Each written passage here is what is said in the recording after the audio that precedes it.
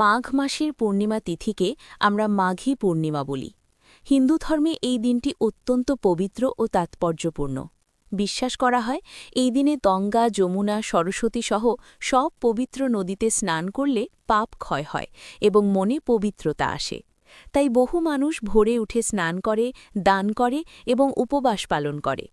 মাঘী পূর্ণিমার সঙ্গে দান ও সংযমের একটি গভীর শিক্ষা জড়িত। শাস্ত্রে বলা আছে এই দিনে অন্ন, বস্ত্র বা সামান্য কিছু দান করলেও তার ফল বহুগুণে ফিরে আসে।